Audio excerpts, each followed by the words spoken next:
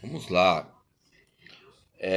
A maneira considerável da distribuição uniforme energética e o sentido de autoavaliação e a capacidade de transcorrer da corrida está entre os fatores determinantes no êxito individual, que coloca fatores internos e externos, genéticos.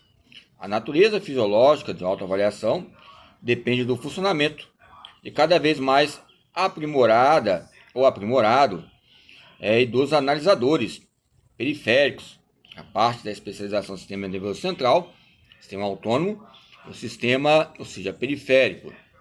E as questões encefálicas, a mesa encefálica nos coloca essa autoavaliação fisiológica, que coloca fragrância entre o desporto e os desempenhos esportivos relacionados de 8 anos, coloca um olhar clínico, 10 anos, olhar clínico, depende de alguns autores que aprimoram essas questões de início de intensidade e começar a explorar as questões importantes. A exploração coloco aqui as questões de precoce, mas uma exploração relacionada a minas, ou seja, minas, minério, ou falando que o ser humano é um minério, mas minas que relacionam, ou seja, fontes de capacidades que venha, ou seja, despertar a cada dia. Entre essa dilatação, entre os tijolos e blocos, nós vamos ter a broca 1, broca 2, broca 1, hemisfério direito, broca 2, hemisfério esquerdo. Então, direito com esquerdo, essa reversibilidade, essa troca. Parece um antônimo. Tem um sinônimo, tem um antônimo, ou seja, que coloca fatores ligados à direita para a esquerda, esquerda para a direita, e essa inversibilidade, esse incipiente que relaciona o treinamento que é permanente. O atleta submete-se a diversos níveis de intensidade. O organismo se adapta aos níveis de intensidade mediante o aumento das funções fisiológicas, satisfazendo as demandas dos exercícios e as bases nessas trocas fisiológicas específicas pela frequência cardíaca. O treinador pode detectar, controlar a intensidade de um programa de treinamento. Vamos lá, podemos aqui ver pela pulsação. Ó, 2 dedos aqui, ó. Passou de 60 batimentos cardíacos, 10 segundos. Você coloca 10 segundos ali, uma estimativa, 10, 8 segundos. Você vê 60, 70. Colocou 60, colocou uma questão de média, idade média aqui. Porque a pulsação na articulação no pulso é uma idade média. Hoje tem telefone, tem celular, tem relógio, que dá para analisar esses veículos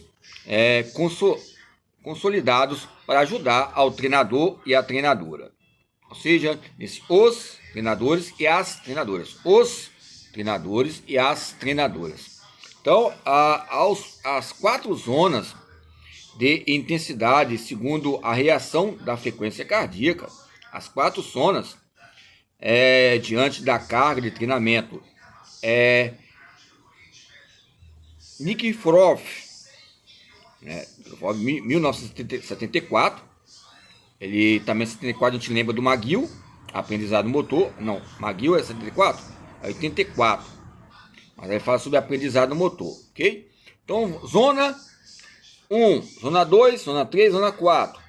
Então, ao tipo de intensidade, a baixa é a 1 na classificação, e a 2, a média, a classificação de intensidade, a 3 é alta e a 4 é máxima, ok? Então, para nós olharmos a frequência cardíaca, você coloca lá um monitor para aferir a pressão do atleta, ou houve alguma lesão na região encefálica, sistema nervoso central, algum edema que possa regenerar a cada dia. Então vamos lá. Baixa, tipo de intensidade baixa, 120, 150. Ok? Intensidade média, 150, 170. Ou seja, 15 por 17, 17.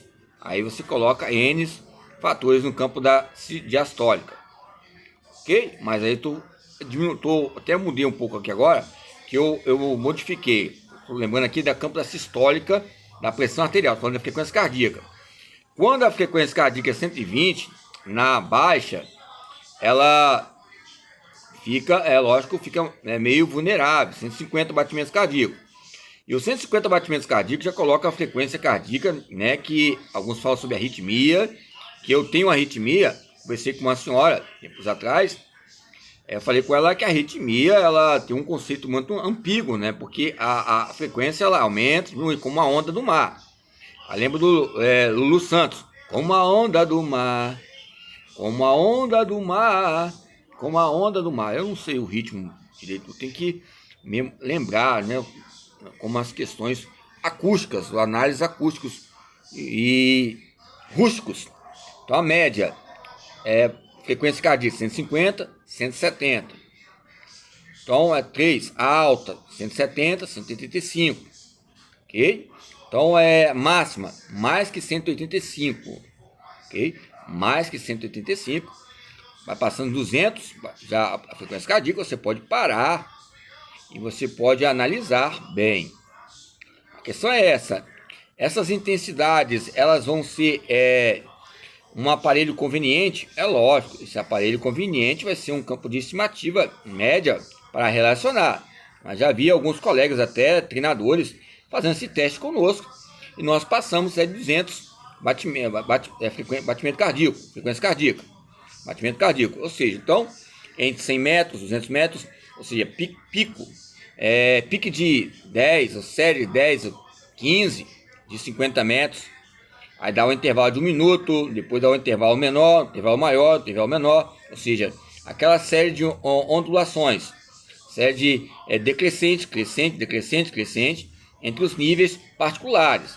Fazia até no pátio da faculdade, na época da UVV. Ok? Embora também a Gama Filho nos trouxe acervos históricos e marcos históricos ligados ao gesto motor. Então, com o objetivo, é lógico que alguns tiveram cãibra. Isso relaciona ao processo de potássio e sódio, a bomba de potássio e sódio, essas trocas que ocorrem, o meio interno e o meio externo, o meio externo e o meio interno. Quando há um desequilíbrio, há esse sincronismo que pode ocorrer uma cãibra, ok? Então, com o objetivo de desenvolver certas capacidades biomotoras, a intensidade de estímulo deve alcançar ou exceder um nível de limiar mais alto. Então, é importante eu entender sobre coordenação motora, capacidade motora, aprendizado motor e habilidade motora. É óbvio, porque vai haver uma economia no gesto e na posição de passar a bola, arremessar, um modo de correr, ou seja, um modelo que relaciona a modalidade. Fala modelo, ou seja, modos, modelagens, coloca em destaque, ou seja, a palavra movimento no latim, ligada a movimentar-se, mova-se. Então coloca fatores como Matheus e Fox, 1976. Fox, eu coloco até um campo de parênteses aqui, depois vocês podem colocar para pesquisar, mas ele também está um doutor, que ele foi um médico do Flamengo. Ele traduziu aqui esses autores aqui, colocou tradução. Como eu já vi alguns autores aí, que eu já falei, a Univesp, o Neila, né, que eu não quero nem falar mais um nome, em que sentido, deu uma sumida aí nas questões de algumas aulas, mas tem esqueci o nome dele, ó, vocês podem pesquisar. Ele fez a tradução desses livros aqui, como também do Coleman. É uma pessoa muito em questões que coloca destaque importante. Não é aquele barbudo não, pessoal. Aquele barbudo, esqueci o nome dele, ao meu ver aqui, não é questão de marketing, mas eu gosto de sempre falar o nome deles, sabe?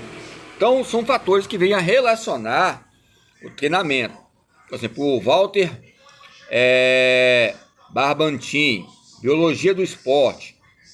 Aí ele traduziu ali o Weineck. Ou seja, ali colocou uma tradução do Weineck, você vê traduções.